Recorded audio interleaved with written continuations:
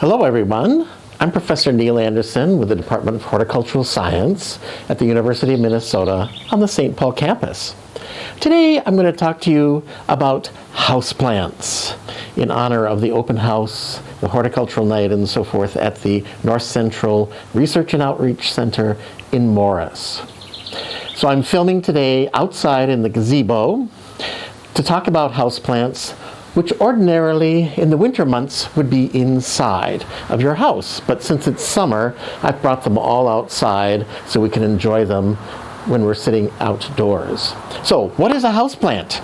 Well, according to the U.S. Department of Agriculture in the Floricultural Statistical Services, houseplants include potted plants grown for indoor and patio use.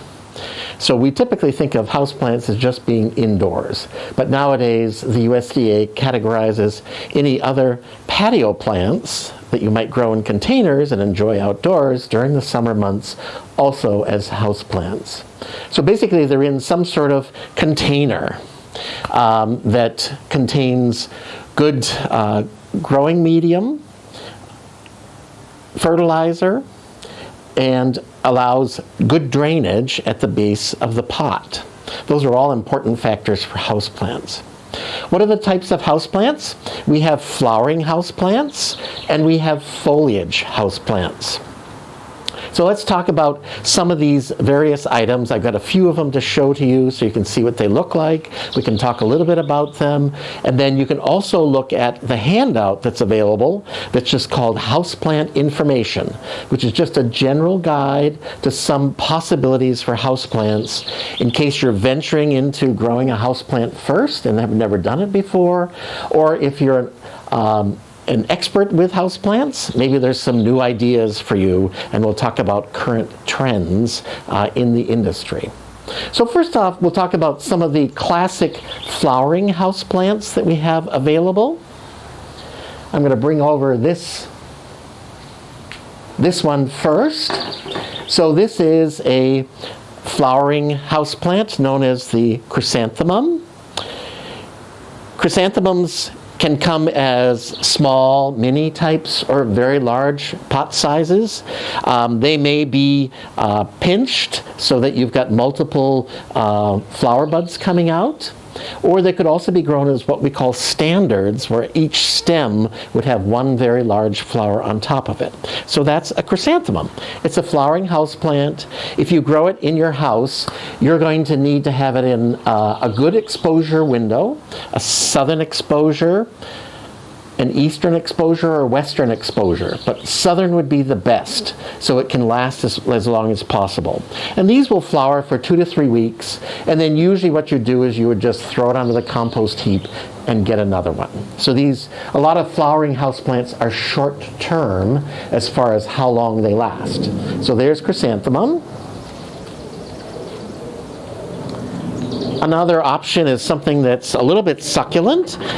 So this is a kalanchoe, or some people call it a kalanchoe. So this is Kalanchoe blossfeldiana. These are ones that, again, like highlight and have bright flowers. They come in a variety of different flowers. This is just starting to open, so you can't quite see the actual color connected with it. Here's another example of a whole category of plants. This is a bromeliad.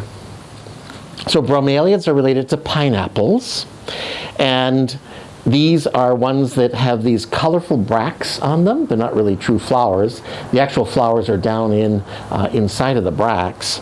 But these are fun ones. They can take fairly low light or highlight conditions. And what's interesting about these is when you water them down in the base where the leaves are. So there's all kinds of water that will collect there, and this is the best way to water bromeliads. So another fun addition. They come in all kinds of bright tropical colors. Some of the best selling houseplants, flowering houseplants on the market today would be orchids. So here's an example of a couple types of orchids. Orchids sell for quite a bit of money, usually, but they'll last as houseplants for years. So these are not like chrysanthemums where you'd throw them away once they're finished flowering. And as a result, orchids are the #1 potted plant that's for sale on the market in the United States. And these orchids are ones that I've had for years that I've been forcing to enjoy, and they have been in bloom for several months. So like this one started blooming back last October, and now we're filming here in July. Whereas this other one in the middle started blooming in about midwinter, about February or March, and you can see it's still in full bloom, and it's got tons of flowers available to enjoy. So those are just some examples of orchids, and I give a list in the handout as to the various types of orchids that make wonderful houseplants. So orchids are something certainly you should consider because they're a little bit expensive initially, but in the long run, they will pay off because they can give you months of enjoyment, and then happily you'll be able to enjoy them year after year because they will flower. And so oftentimes with perennial houseplants like orchids, I bring them outside during the summer so they can get full sun, rejuvenate, build up carbohydrates, and then bring them in early fall before a killing frost comes along. But it's good to have them get that cooler temperatures and shorter days because a lot of orchids require that for flowering. So it can help enhance the ability of things to flower. Next, we'll move into houseplants that are non-blooming. So we call these foliage plants, and there's a lot of options for foliage plants. Some of them pretty famous and common that you probably have used and seen many times in your homes. So like, for instance, probably the first one that's most common would be mother-in-law's tongue. This is a plant that originates in South Africa, but it has beautiful tall leaves and foliage. It tolerates extremely low light, so it can grow in the darkest corners of your house that probably have maybe like 50-foot candles or something like that. Comes in a variety of different heights. There's dwarf ones, there's tall ones. They have interesting patterning on the leaves, as you can see.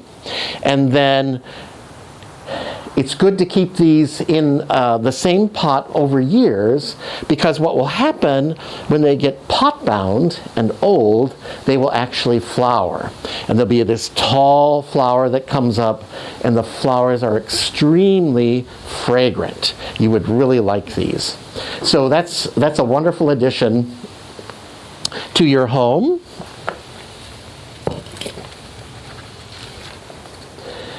Here's another option of a foliage houseplant that also flowers. So this is a spathiphyllum. So it has lovely green leaves. This tolerates very low light conditions as well. Not as much as mother-in-law's tongue, but it can be in areas of your house like the north side of the house, north windows, where you don't get any sunlight during the day. It has these lovely shiny green leaves. And then we'll sport these flowers on occasion. And it doesn't need to be in sunshine to flower like this. So this is a spathiphyllum.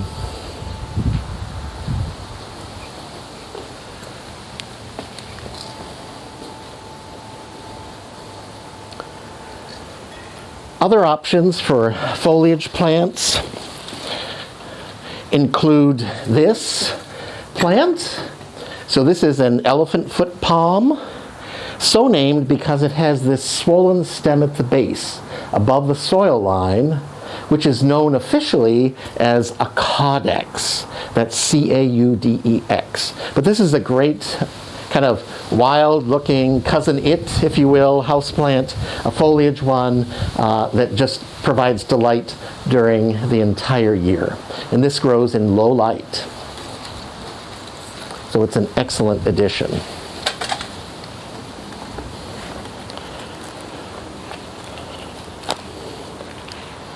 Something else that's grown a lot for low light conditions is this clivia or clevia. This happens to be a yellow one. This one just bloomed. I grew this from seed. It took about 6 years to bloom from seed. But nonetheless, in that whole intervening time, you have these lovely green leaves that survive in very low light conditions. These can survive well in northern exposures in your house. They don't need full sun at all. So this is clivia.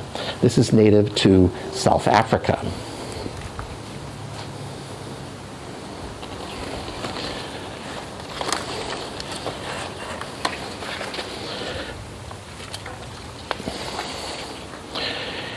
Here's one of the new foliage houseplants that's only been on the market for a few years. This is called a ZZ plant, and that's because the name of it comes from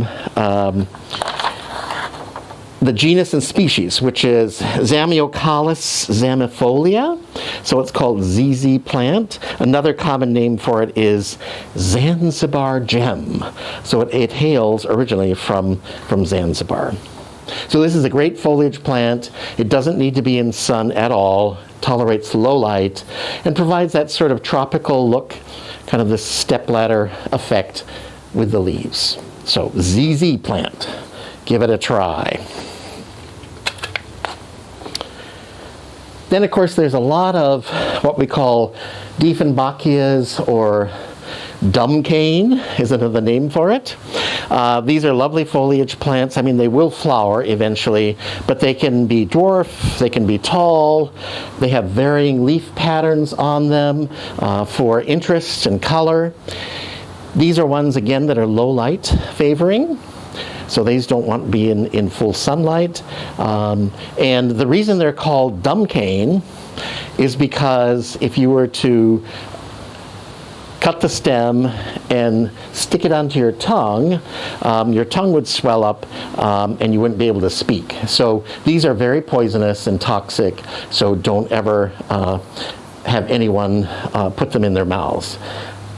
The general rule for most houseplants is assume that they're poisonous even though they're not, so that your children don't touch them and then pets don't eat them. You might want to keep them out of the way of pets. Here's another example houseplant that also flowers. Remember, we had the spathiphyllum. So this is an anthurium. And this comes from the tropical areas of Asia. And it's a beautiful one. It comes in different colors.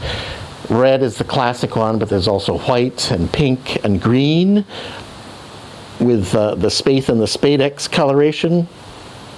And there's dwarf ones and tall ones. This happens to be a dwarf red one, obviously. So anthuriums, they're delightful, low light, and they'll flower well once a year, usually for you, to give you added enjoyment. Other types of materials that can be foliage during parts of the year when they're not flowering, and then they'll burst into flower one time during the year. So this would be an example of a Christmas cactus or a Thanksgiving cactus. They're all in the same genus, just the species are different. So, and the way to tell them apart is the Thanksgiving cactus, if you pull off one of these leaves, which are also known as phylloclades, they will have little horns or teeth at the edges. And so that's the Thanksgiving cactus. The Christmas cactus doesn't have these, so it's just smooth. So that's something to keep in mind. But during the summer months, into the early fall, it's just an interesting foliage plant. And then it will burst into bloom. This one, of course, at Thanksgiving, and then the Christmas cactus at Christmas.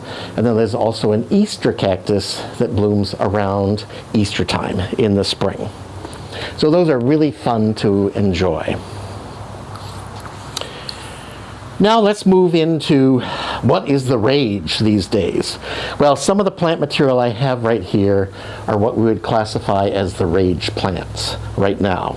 So it's mainly succulents. So this just happens to be a green one, a hen and chicks. Sempervivum is the genus. And these are ones that traditionally maybe your grandmother or great-grandmother might have grown in their garden, in a rock garden. They take heat, they love heat and full sun, and they're ones that don't need much water or very much care. So these are very popular. We see them used a lot in floral designs, but they're also very popular as now mainly foliage potted plants. So these succulents are really taking the market by storm. So there's one example. Here's another example of one that's a nice succulent. And this is a great house plant. It's been inside all winter long, came outside for the summer, and then it will go back in the fall just to be used as this lovely house plant. Succulents like to be in clay pots rather than plastic pots. So if you have clay pots around, that would be perfect for succulents because that helps them to keep the soil drier than normal. And then here's an example of a planter. You can put planters together with succulents. So here's one that's put together with 3 different kinds of succulents. You've got some vertical elements here, some kind of focal point, fancy flowers, leaves on the front, and then some just interesting kind of twisted sort of leaves in the back to give some filler. So you can make containers with succulents that are perfectly enjoyable throughout the year. These would want to be, of course, in bright sun in your house. So preferably southern exposures or western exposure windows would be the best for these to be able to survive during the winter months. If you put these in areas where there is no light, where you might be growing normal foliage plants, these will not do well. And in fact, they might even die because they need bright sunshine. They need to be able to photosynthesize very well. So these are ones that definitely, if you have a sunny spot, that's where they must be. That's an absolute requirement for succulents. And then last but not least, we have cacti. So here's an example of a cactus that I grow just in clay pots, same as with succulents. And it's flowered twice this year. So now it's flowering in July. It flowered for me back in late March, early April, and now it's flowering again. So many different bright colors. This is one that doesn't have very many spines on it, but there's some, of course, that can be very spiny that you have to be very careful about. So those are kind of the new things that are the rage in houseplants these days that everyone's buying up, snapping them up. They go for a lot of money, and that's because it takes a long time to produce a plant of this caliber from a leaf cutting or from seed. They take a very long time. So that's why they're fairly expensive on the market when you come to purchase them. So give each of these a try based on what your growing environment is in your house for your particular house plants. So remember, if you have things that can grow well in southern or western exposures, you can definitely grow succulents and cacti, and then flowering potted plants like chrysanthemums, poinsettias, Easter lilies, things like that that we see for specific occasions. The kalanchoe also grows well in cases like that. But if you've got more eastern exposure, shade, or northern exposures, then that's where you want to think about houseplants, blooming houseplants, or non-blooming foliage plants, and so things like the spathiphyllum, the mother-in-law's tongue, the anthurium, the dieffenbachia, and so forth would all be perfect environments for you. So remember, of course, to also fertilize things on a regular basis. Just buy a regular fertilizer that you can mix up and give a liquid feed to. Typically, once a month is usually enough to fertilize them. Set up some sort of routine for watering. I usually water mine once a week if they need it, but Cacti and succulents don't need it. They might need it just once a month. It all depends upon exactly where they're sitting. And the other thing to remember is if you have radiators or heat vents and ducts that blow out hot air, don't place your plant materials either on them or near them, because that will help them to dry out too fast. So basically, enjoy houseplants. They're lots of fun,